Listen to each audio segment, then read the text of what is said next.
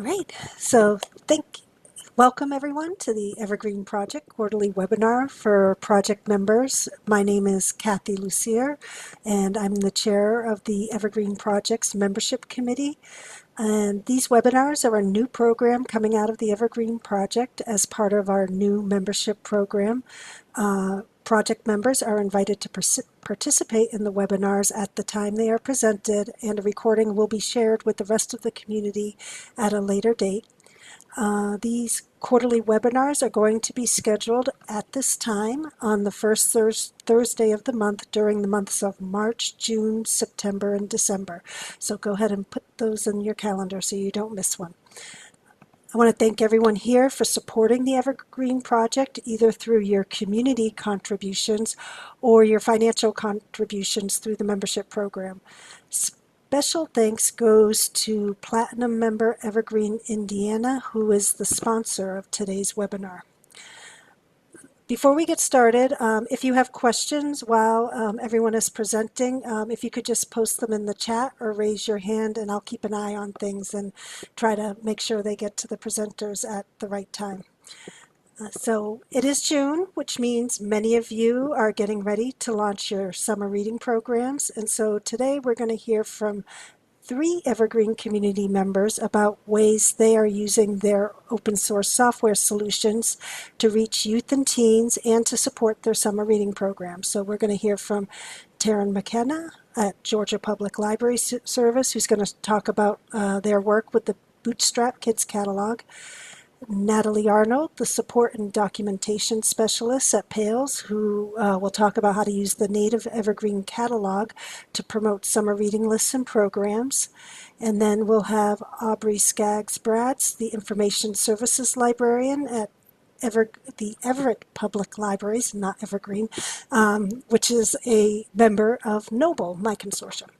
And they'll be looking at another open source solution used broadly in the community, Aspen, to promote summer reading programs. So right now I'm going to hand things over to Terran. Hello, I'm Terran McCanna. I work with PaILS with Georgia Public Library Service, and I am going to see if I can share my screen here. So last year, I would always miss the bar right in front of my screen. So last year, we undertook a project to rewrite the built-in children's catalog that was in Evergreen. It hadn't been rewritten in 15 years or so, I think. And so the requirements for government web pages in the US has changed a lot since then. The site was not accessible. It wasn't very user-friendly, very mobile-friendly. And it was also very difficult to update because you had to actually edit an XML file in order to make any changes to the topic categories on the homepage. So I'm not going to read all of the text on all of these slides. Actually, let me put my slide link in chat. If I can put chat. Let's see. So you can have access to this later if you want to refer to anything. The basic idea of the KPAC, the way it works, is similar to how it was before. I just rewrote the HTML and CSS to make it more accessible and mobile friendly. I also marked it up for translation. Most of it wasn't translatable before. And then I fixed some minor bugs as well as we went along. We also were able to get some funding from our marketing division to create new graphics for the site, which was handy. So those have been included with this update as well.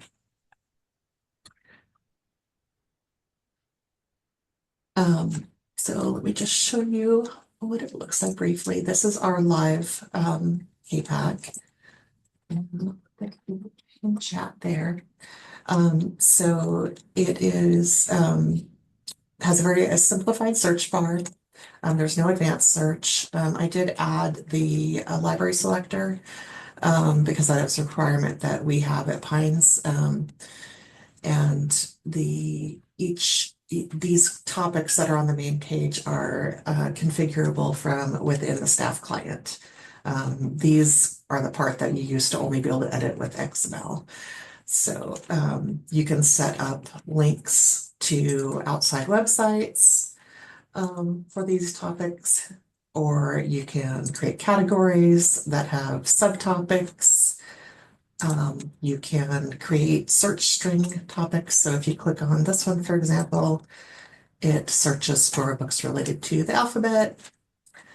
And you can also create book lists in the OPAC and then link to them through these as well. So like this is linking to a book list that I maintain of all the Caldecott Medal winners. It is, I don't know if this will really show up on the Zoom or not. I believe I'm sharing my whole screen, but it is resizable. It does everything nicely for mobile devices and screens of different sizes and shapes. And that's about it. So let me go back to my slides. So in order to enable the KPAC, or the new KPAC, it was rolled out with 3.16. And if you have the Bootstrap OPAC enabled, it will also use the Bootstrap KPAC. So if you already have a custom KPAC that you don't want to use, it's going to be a little tricky. You would want to actually remove the folder that the Bootstrap KPAC is in. But I think for the most part, people are moving to both Bootstrap KPAC and OPAC. The URL path is EG KPAC home. Here. And this Terran main is my test server, and you're welcome to poke around at that. It has the concerto database, and it has the admin username and demo123 password. And you are welcome to play around with creating categories and topics in there if you want to. I did add two new library settings. One is the Show KPAC link library setting, and one is a KPAC audience filter. Show KPAC link. Oops, I logged in already.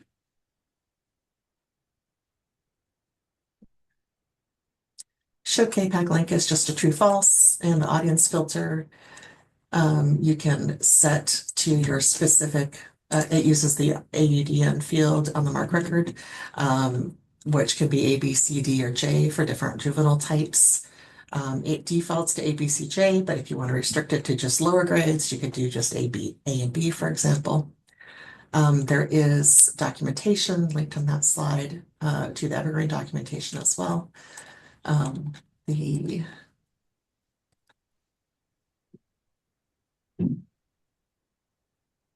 oops. I was working in notification settings earlier today. You just search the library settings for KPAC, you'll see both of those settings. So if I change the audience filter to just A, comma B, for example, it's going to restrict my what returns in the searches to those particular audience fields. It will also limit the age group to just the A and B age groups. So if I change it back,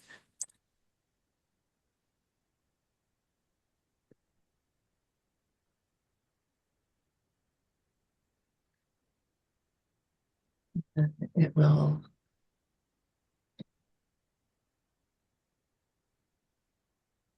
change that to show all of the age groups that I've allowed in. And the searches will be restricted. If you do all age groups, the searches will be restricted to all of the ones that you've selected. The The enabling the KPAC link, that is just a true or false, and it just determines whether or not the KPAC or the kids catalog link shows up on the menu bar on the main OPAC. The topic configuration is where you'll do most of your work. There's a new permission that has been added for this, and so you would just assign the KPAC _ admin permission to anybody that you want to be able to add and delete and update topics. The interface is under administration, server administration, KPAC topic configuration. And to create a new topic, simply go in there. So you want to create a topic for summer reading. And you can, the description isn't actually used right now, but it could potentially be used later in the future. So like if you wanted to show descriptions underneath the bars or have alt text, that could be added. But right now that it doesn't actually link to anything. As a simple yes, no for whether it's active or not. The image files, you would just put in the name of the file. They are all located in the web/images/kpac2/uploads folder. It does come with some images that we are using internally that you are welcome to use. You can also create your own. These unfortunately can't yet be uploaded directly within the interface, so you will need a system administrator to upload the images for you. Let me just grab, let's see if I want to use KPAC dash numbers. Oops.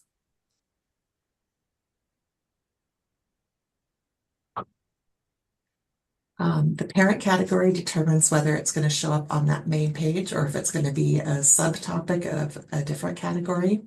If you just leave it blank, it'll show up on the main page. Topic order is optional, but allows you to control which order the titles show up in.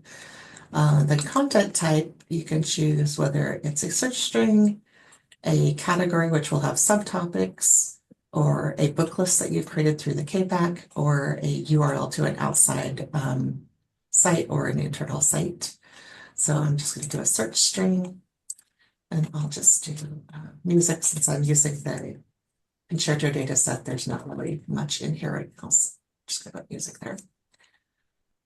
So depending on which content type you choose, you'll fill out one of these three fields. So if you choose book list, then you're going to need to get the ID for the book list that you've created. If you use search string, you'll need to put something in here. And if you use the URL, of course, you'll fill out the URL. If you choose category, then you won't need to put anything in any of those three fields. So I just created that one. And let's see. So it has added a new icon there with the image that I've specified. Let's see, where is my slides? So I do have references to where the folders need to go, or the files need to go, and a link to where the existing images that are already built in are, if you wish to use those, and some guidance on what size they need to be in the slides. A little bit more information about the topics that I won't read out to you, but you can refer to if you like, and some examples of the different types of entries you can create. The search strings is the most complicated, so you might have to fiddle around with it to get the search that you want and to limit it how you want. So you can use anything that is a viable search query in the URL. And so there's some examples there of how you would use subjects and titles, title keywords, and things like that. URL is pretty straightforward. Book lists are pretty straightforward. And categories are as well. There is a slide in here on how to replace the logo with your own logo, where that file is that needs to be replaced. And if you want to swap out the other images, it shows where those are.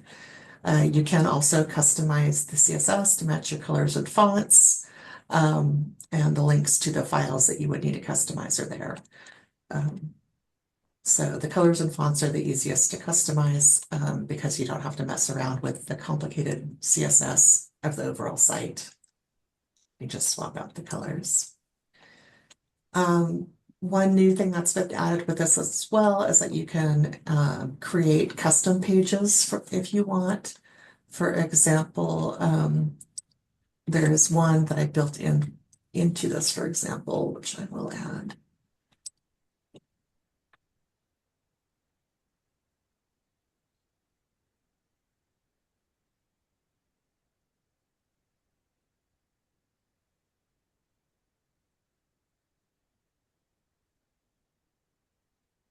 So you can create, you can copy the dewey.ttt file, which is a example of a custom page, and update that HTML of that file to have whatever you like on it. And then you can create a topic entry like I'm doing here. The URL would be a relative URL in this case. So you're starting with the slash. So /EG/KPAC/Dewey. So whatever you named your TT2 file, like if you named it summer reading, then you would put summer reading in place of Dewey. And it goes to this example page that we made for our libraries. So that's just included in there. And the contents of this page can have whatever you like on it.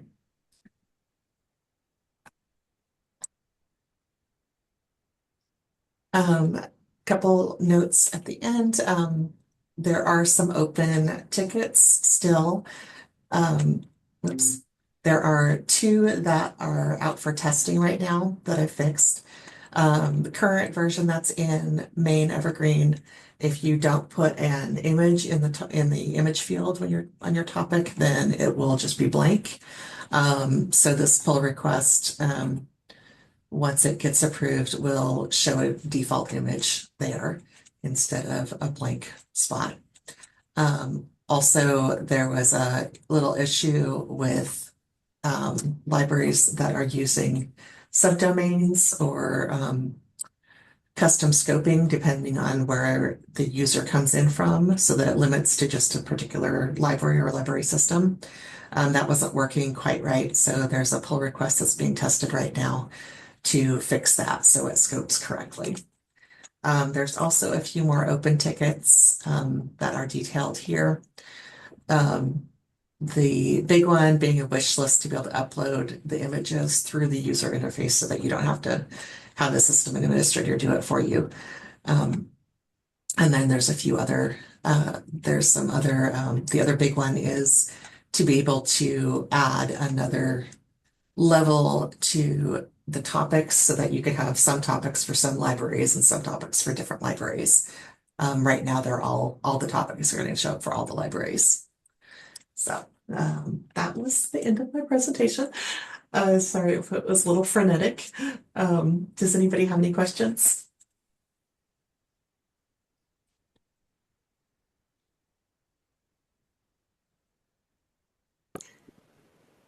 No questions from me, but other than that looks wonderful, Terran. You did great work on that. That's a big Thank you. improvement over what was there before. Can I ask a question? Sure.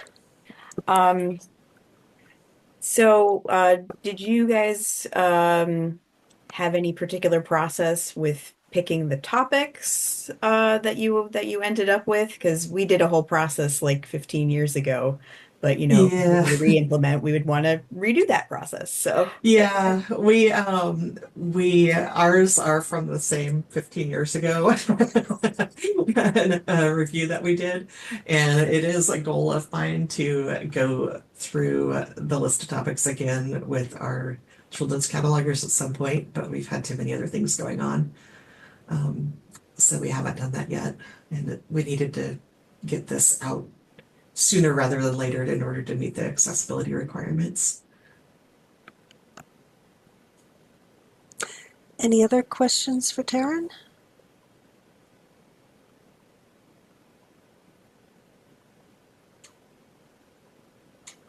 All right, then Natalie, I'll hand things over to you. Thanks, everybody.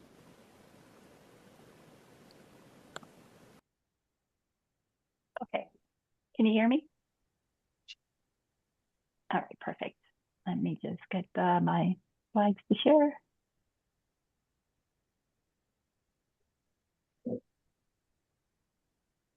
Okay, hi everybody, I am Natalie Arnold. I am the Spark Support and Documentation Specialist for the Pennsylvania Integrated Library System. And I am just going to be going over a few ways that you can use the Evergreen OPAC to promote your summer reading through lists and programs. So I'm going to start off with my list. So you can create lists that will highlight your summer reading themes at your library. So this year, the summer reading theme is Unearth the Story, focuses a lot on the dinosaurs, archaeology, geology, fossils, etc. So you can go through your catalog and create lists that will pull items together that you can then provide direct access to these items within your library that fit the summer reading theme. And it will also, you can use it not just for lists, but if you are running your programs for summer reading that are, say, dinosaur theme one week and fossils the next week, or geology the following week, you can publish these lists during those times to promote those programs, or just have them all together at once. You can do that. It'll promote the events. If you have items on display, you can have the lists coincide with those. You can coincide the lists for if you're using particular books or other resources within your programs. You can create lists that will support those as well. And they essentially will all help to emphasize the summer reading theme. So I just did a quick, a few slides to show an example of how to create the list. So for this one, it's a geology reading list. I went into the advanced search page, did a subject search for geology, and I wanted to limit to easy reader books and juvenile fiction and nonfiction titles. So I did that within the shelving location. And when I performed the search, it gives me 31 results.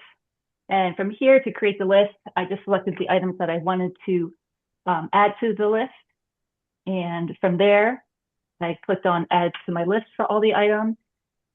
And then once I selected all the items to add to basket, I clicked on basket and then add basket to save list. Now in this example, I already created my list ahead of time.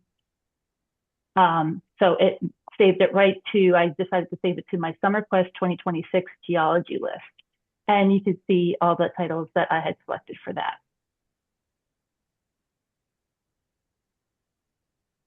So for example, this is essentially if we want to then publish your lists to your library website on, say, your kids page. You can do that to help promote those items. You can share these lists in your e-newsletter. If your library sends out newsletters highlighting the summer reading program, those lists could be added there. You can also add these lists for patrons to access in the library. So if you have your public desktops, you can add icons or links to the public desktops. So patrons have direct access right away to those lists, or add browser links onto the computers as well. And for staff, it's helpful for staff as well because it can help streamline and make searching for items more efficient for them, especially if your school district in the area has summer reading required lists or recommended lists for kids in the summer. You can create lists ahead of time if you work with your school district to create the list of all the items for the grades, and then you can provide these to staff directly. So you could put them on your staff desktop or in the browser links as well. This way, when staff are working with a patron who comes up saying they're looking for this book that's on their school summer reading list, rather than the staff having to go in to manually search for each title, they could have direct access to, let's say, Adams School District's grades 3 through 5 summer reading list, and then they can click that, and it will provide all of the library items that you own that the patron has direct access to, versus having to do a separate search and seeing whether or not that your library owns it. So it just makes things a little bit more quick and efficient for your staff as well. Next thing I want to highlight are carousels. Creating carousels will also highlight weekly summer reading themes and as well as summer programs. And you will create the carousels through buckets within the staff client. This can also provide direct access to the titles on your school reading list. And then these can also be embedded into your library website to highlight the titles, reading challenges, lists, etc. And this, again, will provide greater visibility of your summer reading program and resources to your patrons. So just like the public lists where you can kind of embed the My List into external sources or staff computers, things like that, the carousels will be much more visually, say, appealing, I guess, where for the OPAC, the patron will see that right away in the homepage. You can create carousels right that are connected to the summer reading themes. So for example, the first one I have here is Unearth a Story, Summer Reading Archaeology. And then I created a record bucket for titles that are based on archaeology. And then the next one is for dinosaurs. And that you can use that for, I was trying to think of a way to create carousels that would be directly highlighting programs as well. So other than the theme that would be directed with other than the theme that's directly associated with the program for that week, Yeah, I don't know if that's fine. anyone else. Hey, Caden's birthday is today, and my sister said that he may want to go out to eat, but There we go. Sorry. That was something I was curious if other libraries are using carousels and how if they promote their programs through carousels versus just like item resources. So I don't have an answer for that one, but I am curious about that myself. So just throwing that out there. Okay, and then as well as the things, the carousels, you can also create them that are directly related to the summer reading list, the required reading for schools. As I mentioned before, you could use the My List for that, but carousels will put them right on the homepage of your OPAC. So here you can see I pulled the American Library Association summer reading list for 2026 for grades 3 through 5. So I was able to look those up in the staff catalog, create a record bucket for them, and then create that record bucket, or I'm sorry, create a carousel from that record bucket.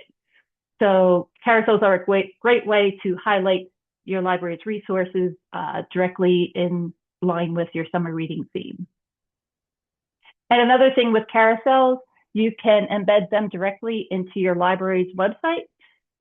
One way to do it is using iframe.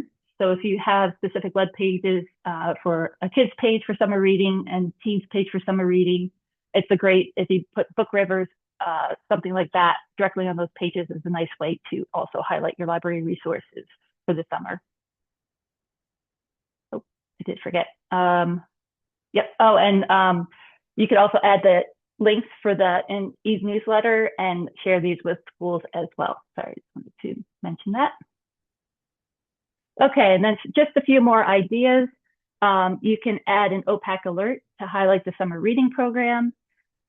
Right here in this example, you could see I added a little bit of information about Summer Quest, that's Pennsylvania's summer reading program, Unearth a Story.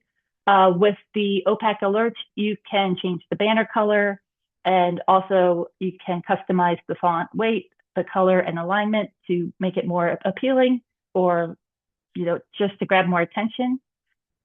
And click that. I'll just show this is then at that link here to sign up for Summer Fun, then takes us to the Adams County Library, web page that gives all the information that a patron would need to know for some requests, the information about it. You can register for the program, the the reading challenges, and more. So it's a nice way to link your library website and provide patrons with all that information right from the OPAC.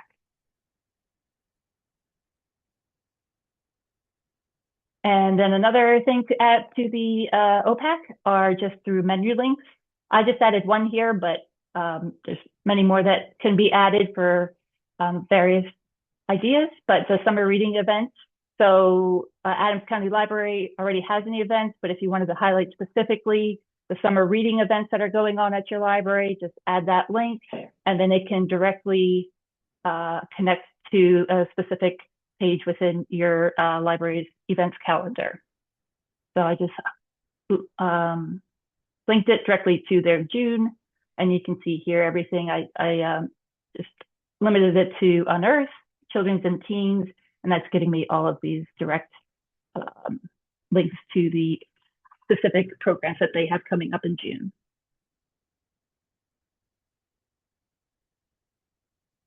Okay, just a couple more things. Brainstorming. I know some libraries provide scavenger hunts for their patrons. So a nice idea would be to incorporate the library OPAC into those scavenger hunts. This can be seen as, you can do this as a library program in itself, or just to incorporate it to get more patrons getting used to using the OPAC. And, you know, if you have a scavenger hunt that's doing various things, throwing in an OPAC search here or there and find a specific item within the library, that's a good idea to just get more people to drive them to the OPAC. And then lastly, if your libraries use any summer reading tracking software, that can also potentially be integrated with the OPAC. One that I'm familiar with that some Pennsylvania libraries use is Beanstack. So I know that you can integrate OPAC links for reading challenges and recommendations. That way, if patrons are working in OPAC, doing their challenges, you can have reading lists directly in there, so patrons will then be connected back to your library's catalog. So that is a quick review of just some of the ways you can use your Evergreen OPAC to highlight summer reading. Like I said before, if anyone's using their OPAC right now to highlight summer reading or do similar things or other ideas, I would love to hear it as well. So that's it for me. And I'll just bring up a comment that Terran made in chat. The lists that you went over can also be incorporated in the kids catalog. So a good way to mix the things that we're going over today. Does anyone have any questions for Natalie or anything they want to share about how they're incorporating summer reading in the native Evergreen catalog?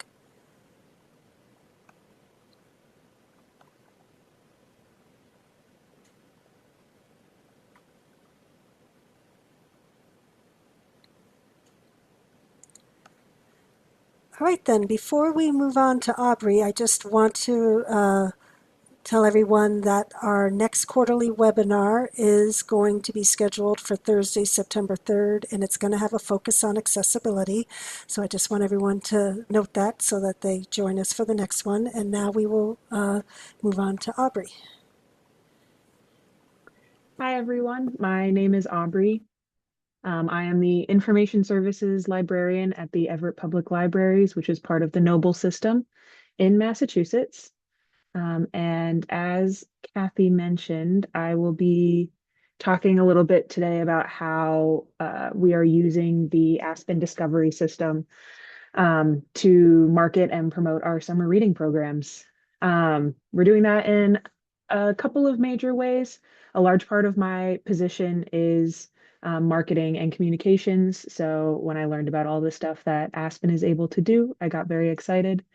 The first one you can see here is a banner image. This sits at the top of our catalog and shows up on every page. This image was one that I designed in Canva and then uploaded As you can see, our theme for this summer reading is Read White and Blue, celebrating the US's 250th birthday this year. So this sits, like I said, at the top of the catalog on every page. You'll see it says click here for more information. I currently have it linking out to our website that has all of the information for the summer reading challenge, kickoff party, all of that fun stuff. So there's an easy way for patrons to access all of that information straight from the catalog. I'll show you a little bit on the back end what it looks like to set one of these up. Go to the administration and then to the system messages. And here is where you can see a list of the system messages or the banners that we've had in the past. We used to have one up for the seed library when that was up. And currently we have the summer reading 2026. So in here, you can add in the title of the banner. Here's where you can upload an image, which is what I've chosen to do. Another option is just to type in just straight text into here and it will show up as an alert on the catalog as well. You can choose if you only want it to show on specific pages, which ones it shows up. I currently have it selected to all pages because I would like everybody to be involved in summer reading. And then you can also set it to appear and disappear at specific dates. This one's specifically for our kickoff, which is happening on June 13th. So it'll disappear at the end of that event and then will be replaced by just a general challenge banner at the top when that happens. And then you can also select what libraries it shows up for. We have 2 branches here in Everett, so I have it showing up at both of them. There's also an option to make the banners dismissible, which I have not because, once again, I think everybody should see it. So that is the banners. The biggest one, I think the biggest part of Aspen that we're using to promote summer reading is our summer reading lists. As you can see here on the front of our catalog, we have a lot of categories that people can kind of browse through. But the one we're going to look at today is featured. And then you'll see we have the summer reading 2026 lists here. So each of these is related to a specific challenge of our summer reading. And are meant to just be lists of suggestions for patrons to have an idea of what they could read for it. These categories can be set up in a couple different ways. They can be set up either as a search. So when patrons click on it, it searches what you've told it to search, or you can set it up to be connected to handmade lists, which in this case is what I have done. So this is one of the examples, which is our Coast to Coast Challenge, where we're encouraging patrons to read books set in different states. And so I have gone through and added one book from each state into the list. Our summer reading challenge is for all ages, so you'll see that there's a mix of adult, teen, and children's novels. So yeah, there's 50, although it says 49 here. Don't know what happened to the 50th one. Might be checked out. 50 books in this list that patrons can browse and hopefully get some ideas of how they want to fulfill that challenge.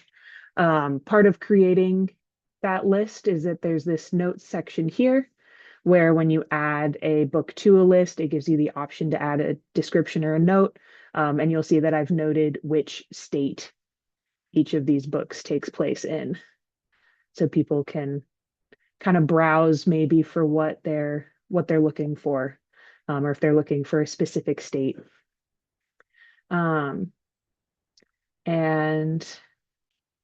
These images are similar to the banner, are all ones that I have designed in Canva and then uploaded to the system to make them appealing and eye-catching so that people will click on them, hopefully. Trying to think if there's anything else with the lists. I also have them linked on our website. See if I can get back to the website from here. If I log out, the banner will reappear.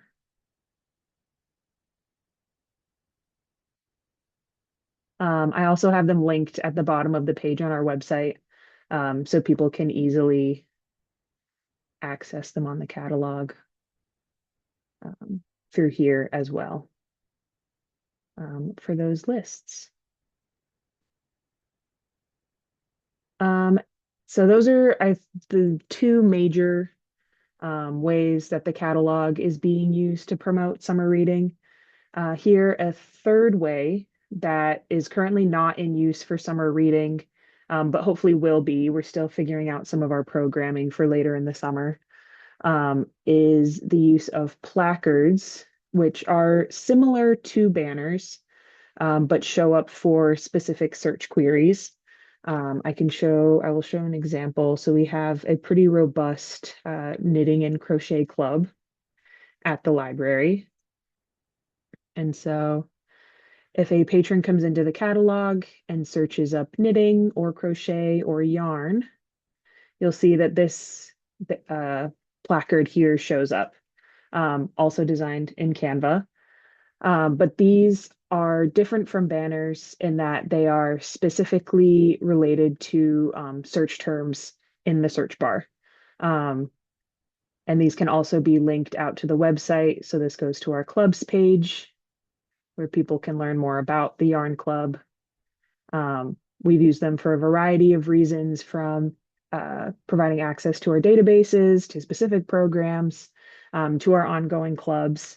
And I am hoping that as we get our programming settled for summer reading, to create some more of these specific placards.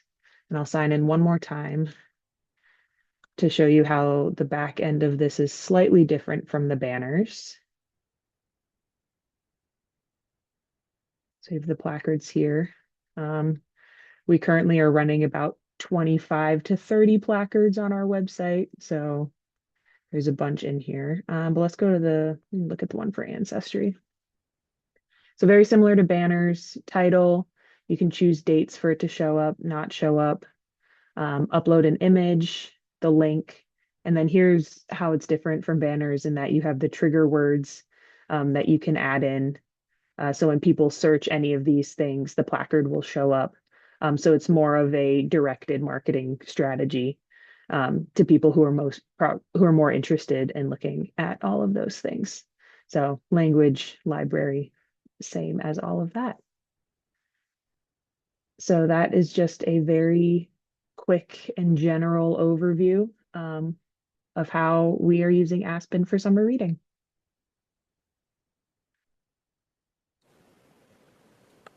Thanks, Aubrey. You definitely are fully utilizing the marketing abilities in Aspen to promote summer reading, so that's great. Yeah. Does anyone have any questions for Aubrey?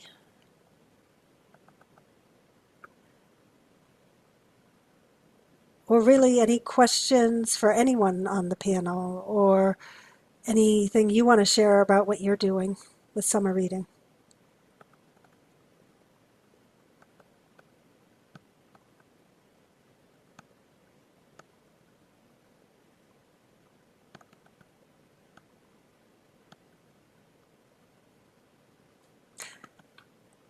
Okay, then I think we will wrap up a little early, but I want to thank everyone for coming again.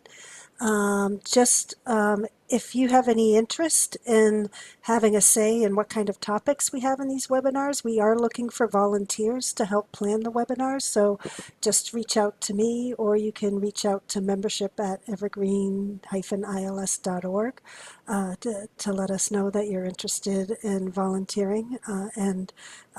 But again, for our next session, which again is on September 3rd, 3 p.m. Eastern, 12 p.m. Pacific.